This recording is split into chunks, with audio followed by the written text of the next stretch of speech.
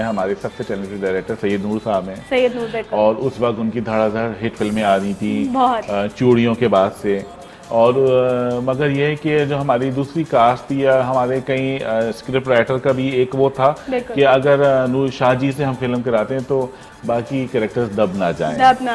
इसलिए कि शाह जी की फिल्मों में सायमा जी हाईलाइट होती हैं पूरी फिल्म, बल्कि उसमें शान और मोमी राना के साथ भी जो सायमा जी की फिल्में वो हीरोइन लग रही हैं और सायमा जी हीरो हैं। तो ये बड़ा एक एलिमेंट था। और सबसे एक जो मूवी बनती है उसके स्क्रिप्ट में सबसे मेन चीज होती है balance of characters. You're right. कि हर कैरेक्टर का अगर बैलेंस लेके चलेंगे तो वो फिर सही भी होगा। लेकिन अभी ब्रेक का टाइम हो गया है, तो what do you think break पे चलते हैं और ब्रेक से आके इसी बात को यहीं से कंटिन्यू करेंगे। तो let's go.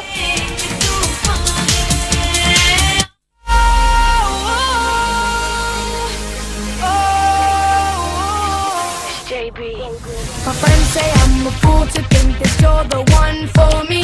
I guess I'm just a sucker for love. 'Cause honestly, the truth is that you know I'm never leaving. 'Cause you're my angel sent from above. Baby, you can do no wrong. My money is yours, give you a little more because I love you. जिस्मों का है ये जलवा, जिस्मों का है ये जलवा, शोहरत भी दे ये जलवा, मकसद भी रहे ये जलवा। Tell 'em like it is. I can't hear it. Give it to the jam. Give it to the jam. Give it to the jam.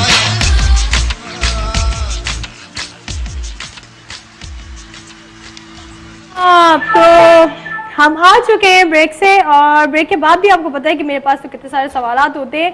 तो अभी मुझे ये भी पता चला कि जाकिर साहब जो है उनका बिजनेस तो है ही, और एजुकेशन के हवाले से भी आपका कोई ताल्लुक है, तो उसके बारे में आप कुछ बताएं प्लीज हमारे। नहीं, आई फील वेरी लकी, माशाल्लाह ये खुश नसीबी की बात है कि एक एजुकेशनल बैकग्राउंड भी है। बिल्कुल।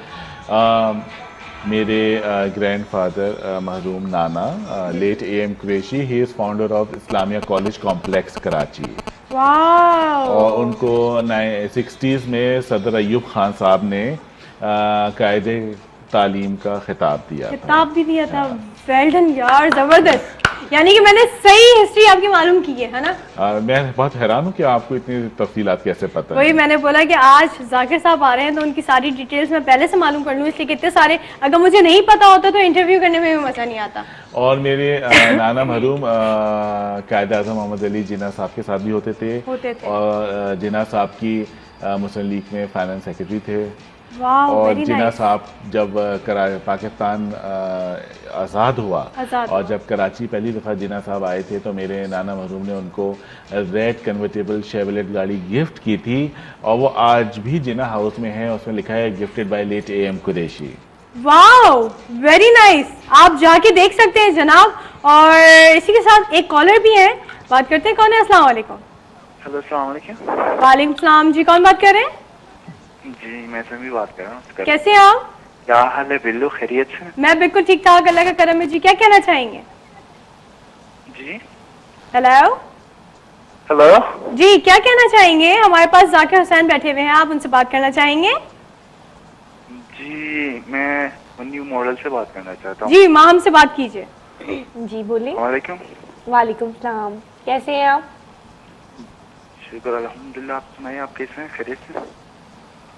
खैरियत से हैं आप? जी जी मैं बिल्कुल खैरियत से हूँ, आप सुनाया क्या हाल है आपके? अच्छा जी, thank you so much for calling. और आपकी आवाज़ में बहुत प्रॉब्लम था, इसलिए जो है वो बात को कंटिन्यू आगे नहीं कर सके आपसे, लेकिन दोबारा कॉल करिएगा, दोबारा बात करेंगे इंशाल्लाह। जी तो ये बताएं कि माहम की तरफ तो मैं जा ही नहीं पा रही। माहम पता है इतने सारे सवाल हैं जो इनसे भी मैंने करने हैं, तुमसे भी करने हैं, लेकिन तुम्हारे पास भी आती हूँ। तो ये बताएं कि माशाल्लाह से एजुकेशन पे इतने बड़े नाम का आपसे ताल्लुक है, तो कैसा फील होता है? और आप जो है वो मॉडलिंग में कभी घर से कोई प्रॉब्लम हुई आपको?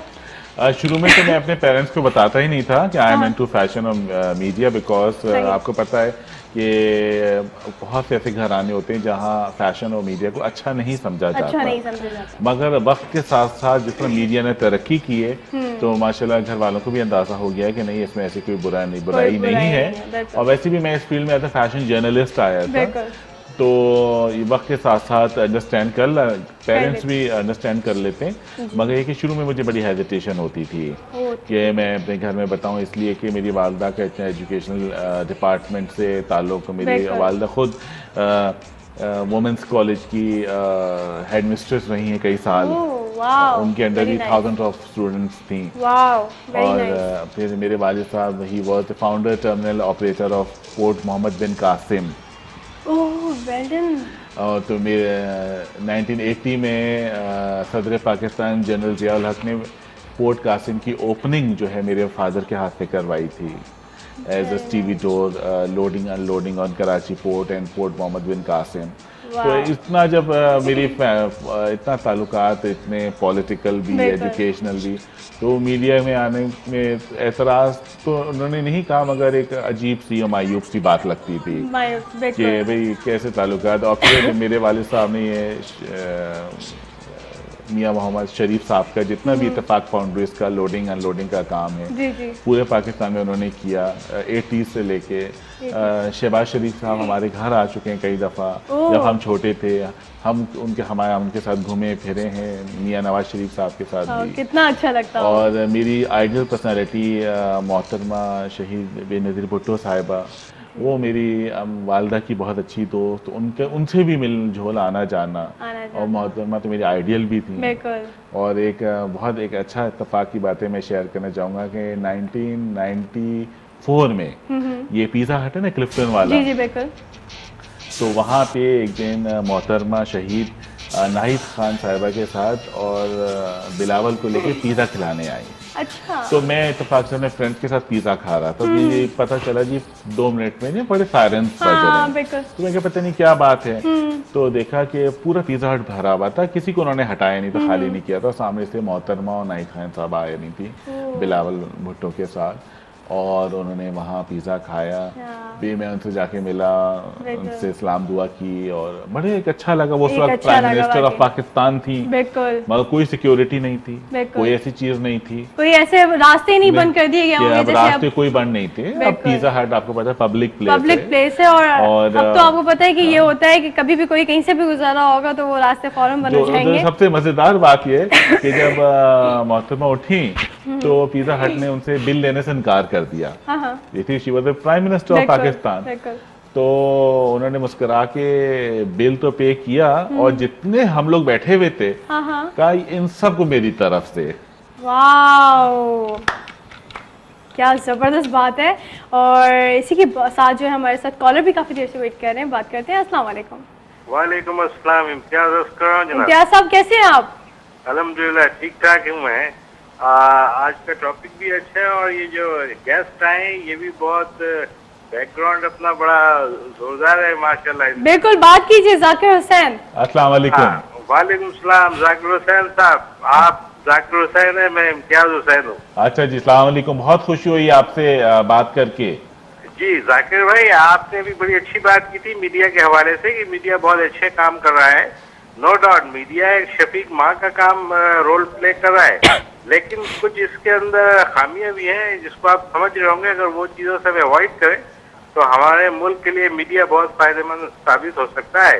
जी बिल्कुल, आपने सही कहा। और जो आप बैकग्राउंड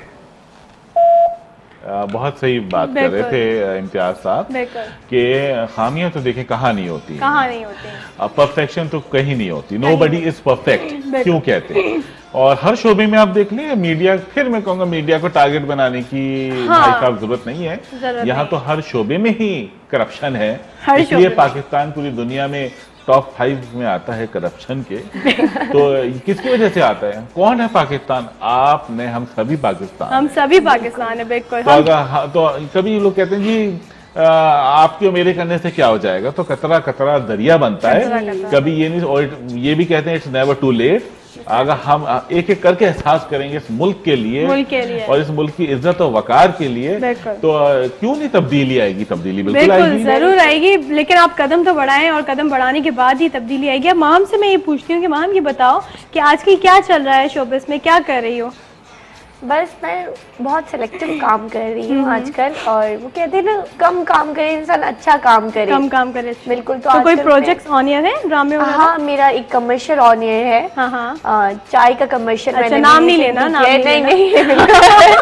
हाँ, तो चाय का कमर्शियल मैंने रिसेंटली किया है। इसके अलावा मैंने रिसेंटली अभी एक ड्रामा किया है, मात, हम टीवी से। सही। हाँ, तो आजकल मैं थोड़ा एक्टिंग की तरफ भी कदम बढ़ा रही हूँ। हाँ, चलो गुड। तो कैसा लगता है कि अब जितने भी सीनियर्स के साथ काम कर रही होती है, उनका रिस्पांस कैसा होता है? बहुत अच्छा लगता है, बहुत मुझे खुशी होती है कि लोग इतना सपोर्टिव हैं आजकल। क्योंकि मीडिया में आने से पहले मैंने बहुत कुछ सुना था कि बड़े गरूर होते हैं इन लोगों को, जो बड़े ओहदे पे होते हैं लोग। नहीं है, ऐसा नहीं है। जैसे जाकिर भाई की बात है, इन्होंने मुझे बहुत सपोर्ट किया है, बहुत अच्छी गाइडेंस दी है। यही होता है इंसान में, अगर कितना भी टैलेंट हो, लेकिन अगर उसको सही गाइडेंस ना मिले तो वो सब चीजें कोई मायने नहीं रखती। मायने नहीं। बिल्कुल। तो मैं सनम ये बात समझता हूँ, लोग अपना आने वाला कल कैसे भूल जाते हैं। क्या सबने शादियां नहीं करनी? कल उनकी औलाद नहीं आई होगी?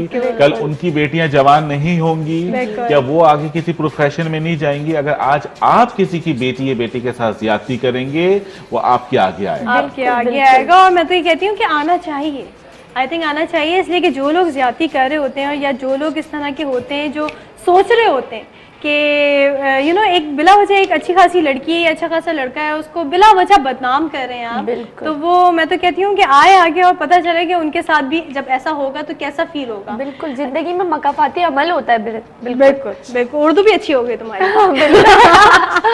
वो कहते हैं ना, अगर आप अपने माँ बाप से आज बदतमीजी से बात करेंगे या ऊंची आवाज में बात करेंगे, तो कल को आपकी औलाद भी आपके साथ वही करेगी। बिल्कुल सही कह रहे हैं। अच्छा, एक और सवाल करना चाहूंगी मैं आपसे कि ये बताएं कि आपके फेवरेट मॉडल हैं कौन? मैं समझता हूँ मेरे लिए वो फेवरेट मॉडल है जो मॉडल अपने आप से सिंसियर है, जो अपने आप से ऑनेस्ट है, जो अपने कैरियर पे फोकस करे, वो मेरा फेवरेट है। जो अपना नहीं, वो किसी का क्या होगा। बिल्कुल। अच्छा, इसी के साथ ये भी पूछना था कि ये बताएं कि अपने माशाल्लाह से बहुत सारे नाम जो हैं वो बहुत ही ऊंचाइयों पे पहुंचा दिए हैं, तो क्या लगता है कि वो उनका एक लेवल हाई हो गया है या वो एक नाम बन गया है, तो वो उस तरह से मिलते हैं आपसे अब?